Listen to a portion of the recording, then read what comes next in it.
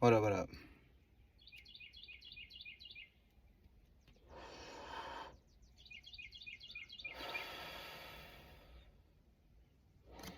Real quick video.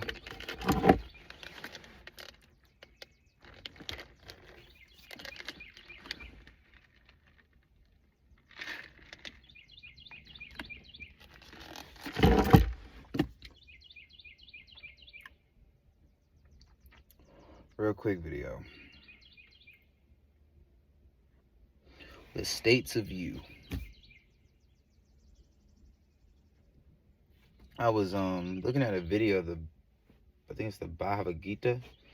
It's basically the Tibetan Book of the Dead. And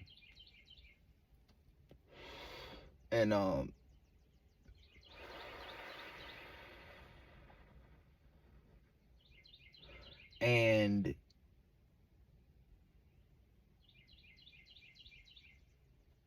I'm sorry. Saw these butterflies just flying around. And my mind was anyways, it's the Tibetan Book of the Dead. And it talks about the different bardos, and there's like 3 stages. There's the bardo of life, then the bardo of like the inward and outward journey, or life and death, something like that. And the third one is just, clear. There's like different stages in those 3. So in these 3 bardos, there's still stages in those 3. So each stage has a different levels to it. Except they said the first one. The other 2 have different stages, but the first one is just straight life. So what you're dealing with is just like, we're in the bardo of life right now, just living life. And then the second one, I believe, is that's when you're dealing with your internal world, and then you're dealing with your outer world. And so in that stage, once you're separating from the body, in these stages that you go through in death, for you can be rebirthed, you're getting played like different scenes of your life, or you're getting played different the good and bad that's happened to you in life. So like, your most happiest moments, and then your most saddest moments. Sometimes you was angry, the good things that you did, the bad things that you did. And they said that it's only showing you this for you can, get what you need out of it, and then release it and let it go. And they said the more you can do that, the better you can do that, the better, your next rebirth will be. And it makes sense because you're not, it's like, they say Earth is a lot like a school. So think about it, in like, you don't get to pass to the next grade unless you finish, you know what I'm saying, until you learned what you needed to learn from that previous, grade. So to me, it's the same thing with a body or a new life. It's like, well, you don't get to certain fulfillments until you learn this lesson, or until you achieve this, or just understand it in this life. So, and then you still have that opportunity even in death to still, okay, I need to see this for what it is, and I can either still take this with me and still learn more from this experience and learn it in this life, or I can, what I'm saying. So just different ways you can go about it.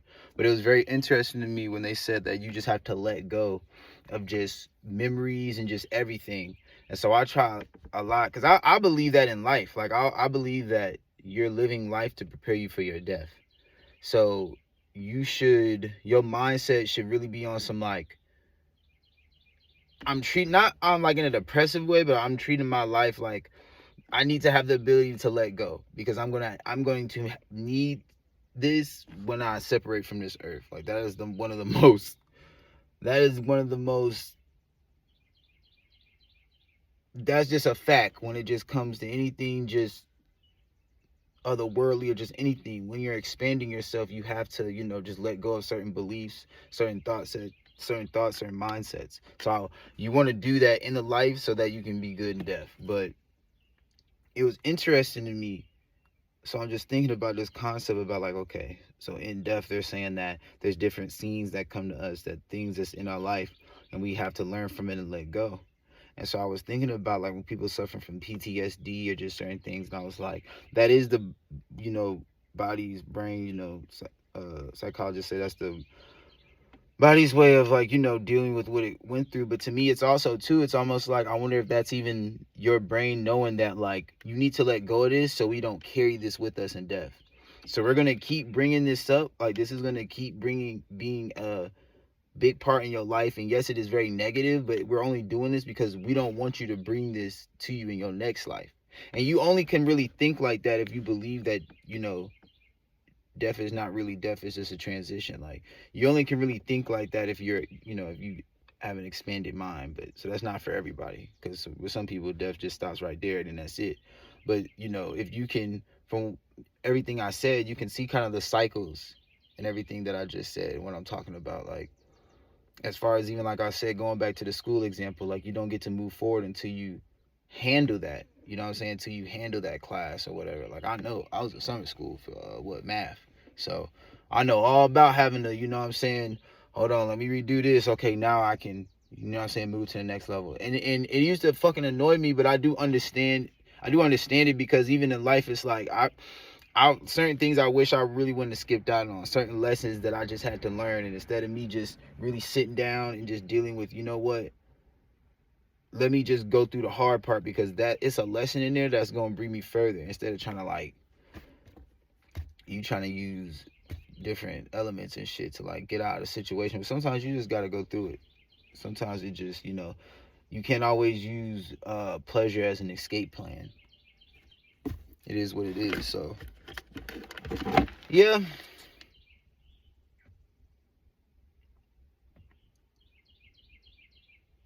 I just thought that was very interesting. I thought that was very, very interesting. Because it's a much easier to me transition if you've already in life been, like, able to be fine just letting go of certain things and just, still live your life. Because then when you transition, it's not a very big dramatic surprise for you. If you're very highly tied to just certain things that's happening to you, earthly things, just all types of stuff, that transition to me would be very scary, because it's like never in your life have you been able to detach until now, until you die. Like, that has got to be that's got to be a wild experience.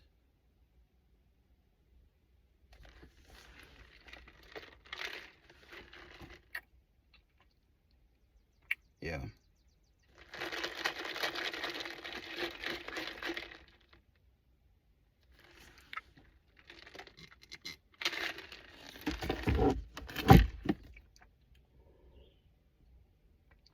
And so, yeah, I'm thinking about that. And then I was like, man, because I was toasted. I wasn't too toasted, but I was like, it's been a minute since we've been here. And I've noticed that anytime I do any type of psychedelics, there's something with, like, I forgot what they call it. I think they call it the default network mode or something in your brain. There's a certain aspect of your brain where it, like, has to do with, like, your memories and things. I've noticed that when I'm on psychedelics, it's like my memories is not as, like, it wasn't until I did psychedelics that I found out how much the body, or just how much I felt like I relied on my memories, and just things that I felt defined me, and just who I was. They call it ego death. Like, but to me, it's not really, it's not really even it's an ego death, but it's not, I won't even say death. I would just say it's your ego, like, you stepping out of all the things that your brain just, like, even subconsciously just defines you as in this life. When you're doing psychedelics, it kind of removes that aspect of you. And I feel like that's why I was going back to the default mode network, whatever they call it, in that in that space. But it's they even, like, yeah, they say, like, mushrooms, they rewire that space for you. Certain neurons, you know what I'm saying, they open back up, certain networks, they open back up in your brain. And so I noticed that when I'm in that state, not a lot of ego, not really worried about what I got to do tomorrow, or the past, or nothing like that. Not dealing with the past, not dealing with the future. I'm in a very, very present state. I'm, like, so present, to the point where even, like, time is just so, like, slow. to me. And it's not that even I feel like it's so slow. It's just like I feel like I have so much time in my present moment. I don't feel like I gotta do this and damn this. Like I'm not so consumed by time. I'm just really just in my present moment being. And in that moment, oh my God, shit is so much. It's so much there in that space. The 0 point. And I wouldn't even say I actually like right at the 0 point, but I would say close to it. There's so much information in that space. But being so pulled by like past, your future, your present, I gotta get this done, you doing this, it's easy for the mind to just never really be present. This person need that, you hungry, you didn't like, it's so much just whoo, that when you really just get away from all that, depending on how you do it, meditate, sleep, like you realize how minuscule certain things is. You realize like, wow, I can still kind of live without thinking like that. Like I can still live in like I remember I've been so and I'm gonna tie this all in because I want to end it on this note of just being in states, just states of consciousness. If you've ever been in the most like just whatever, the last time you was in fear, the last time you was angry, the most angriest time in your life, the most fearful time in your life, the most excited time in your life, the most loving time in your life. These are all just us to me. Like, to me, it's like this. I see it like this. Imagine like I'm a being in the universe that's just sitting still, eyes closed, open, whatever you want to call it, and I'm just perfectly just still. But in my stillness, I'm like spreading myself, like I'm in this stillness. I'm now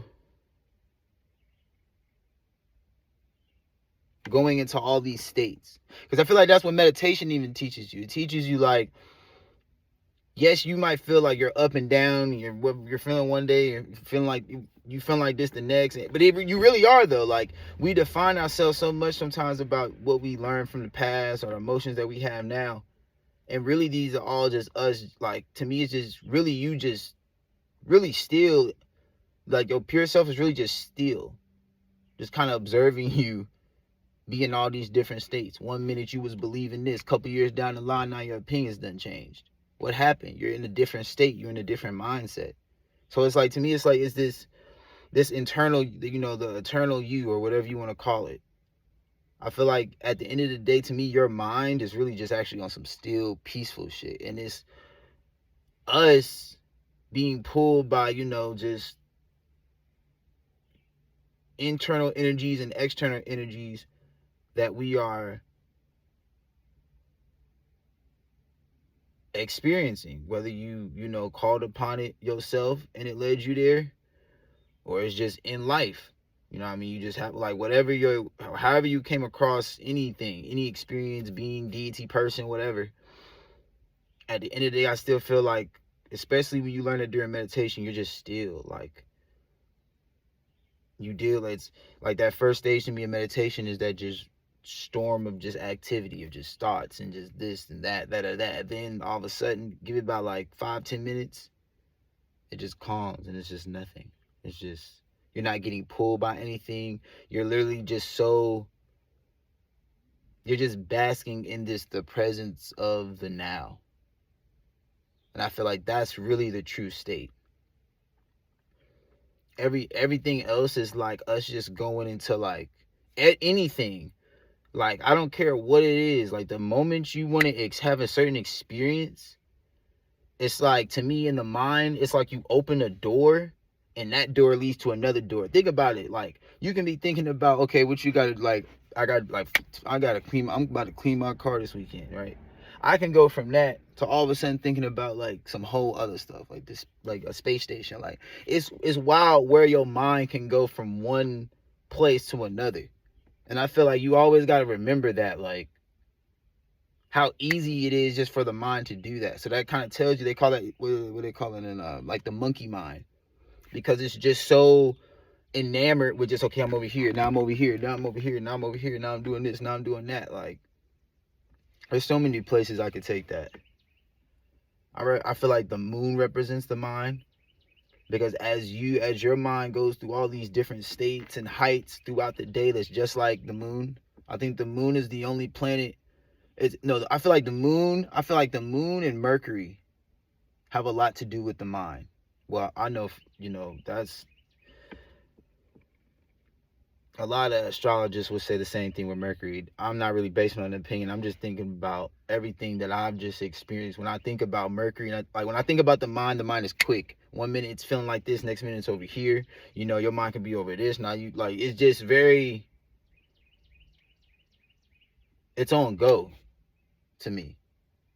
You know what I mean? Even whatever you're going through, you can still probably for about 10, 20 minutes be thinking about something completely different. No matter what you going through, your mind can be like, okay, but now like just, yeah, I'm going through this, but for like 10, 30 minutes, I was focused on some whole other shit.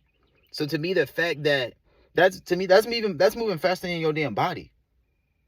My body is a process. Hold on, I don't want to go over there. I got to get up, move. Your mind, it's like you can already imagine that you already over there instantly, right? Just like that.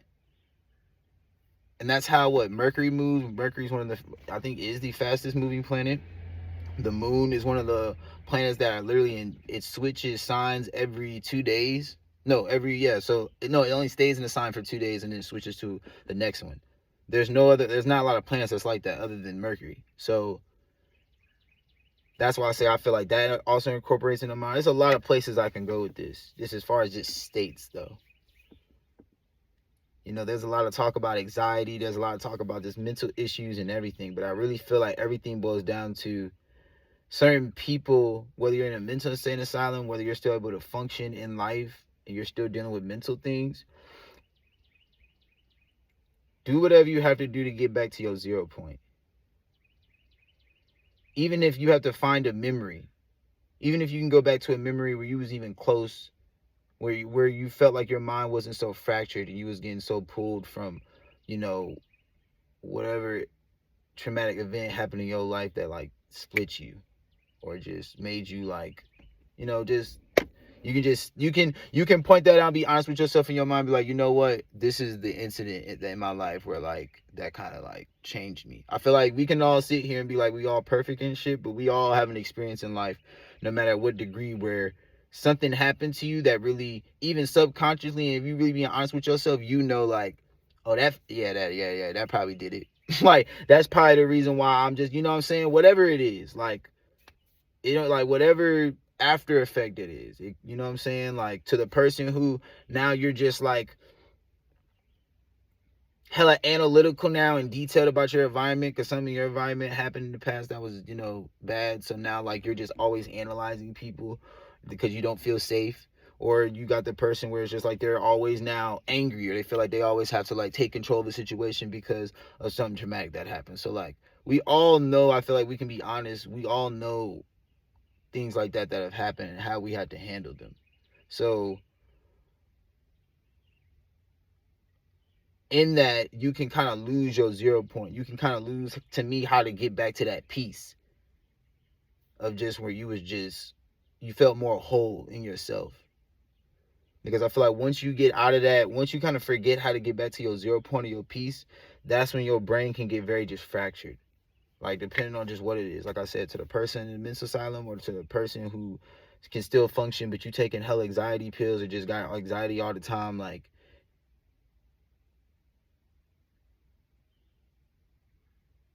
work with your 0 point and work with whatever happened to you. Therapy, regression, just all that stuff. Learning how to get back to your 0. Because it's like I said, it really boils down to we're all just in some states. Humans is a lot of our experience, to me, is just us being like in just different states. Even think about and there's a lot of variables, I guess you could say this, but even think about like the Western civilization and just us, right? Waking up, oh, I gotta do this, I gotta do that, I gotta do a video, I gotta make this appointment, I gotta go over here, I gotta sell it, like, you know what I mean? Like, we're always in some over here, pulled over here, oh, she look good, she wearing like just all over the place. But then you get to those, then you get to like the monks over there in Tibet. You know, you get to the you know, people in India, like everybody who just on some, you know, call it spirituality, metaphysics. It's just what? Peace. They still the whole time. Like, just, they're at peace. They're just, we over here like, they just,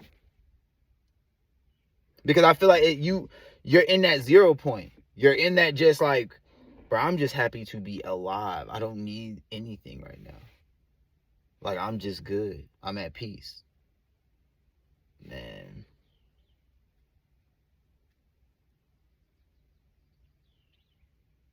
Yeah, I think I'm really about to start getting into more like Tibetan.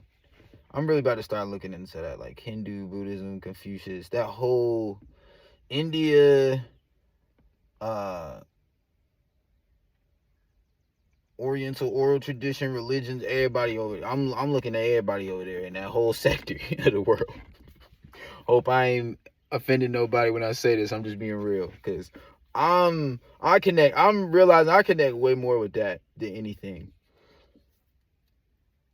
Like, I don't know, it's been a lot of energies that's been drawn to me, to that mindset and just the way their philosophies and things are. I really respect it.